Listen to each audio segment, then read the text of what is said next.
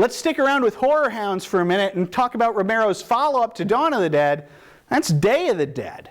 Now, I'm going to talk to you right here at the top in saying that Day of the Dead, I think, is more or less on par with Dawn of the Dead. I think that they both have their they're sort of on equal par in terms of what they do right and what they do right, which is a lot, and what they do wrong, which is not quite so much. For Day of the Dead, rather, this one takes place a few years later, a whole new set of characters, because of course pretty much all of our characters in Dawn of the Dead got dead by the end of the movie. So now we have a whole new group of people. These ones are in an underground military bunker, and you got a group of scientists who are trying to find a cure for the zombie plague, and a group of soldiers who are sort of sick of sitting around with nothing to shoot.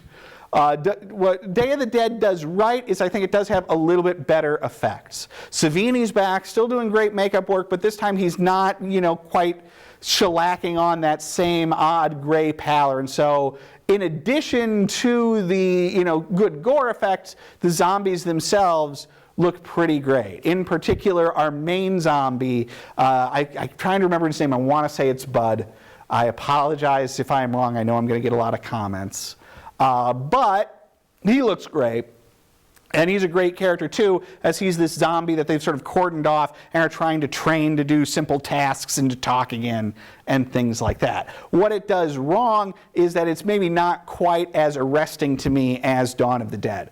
Dawn of the Dead is so sympathetic because that situation of the characters in the mall is so universal.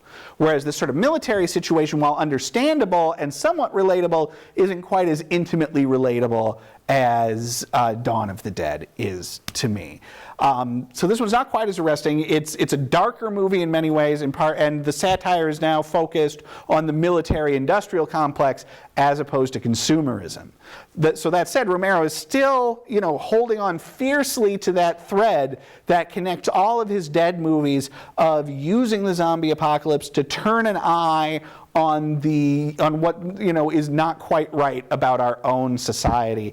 And like I say here, it's that military industrial complex. The other darkness of this is that in Dawn of the Dead, the movie starts with people still out in the world, and the zombies are still sort of a new thing. There's this sense of that the world is still grappling with the zombie hordes, whereas in Day of the Dead, we talked about in Dawn of the Dead, the inevitability of death being a part of it. In Day of the Dead, the world is already over. The zombies on top have already won, and it's just and so there's still, inevitability isn't quite the right word, because like I say, it's something more than inevitability. It's maybe destiny at this point. The zombies are the masters of the earth, and now instead of people on the run, now it's the last people in a corner. Day of the Dead, 4 stars.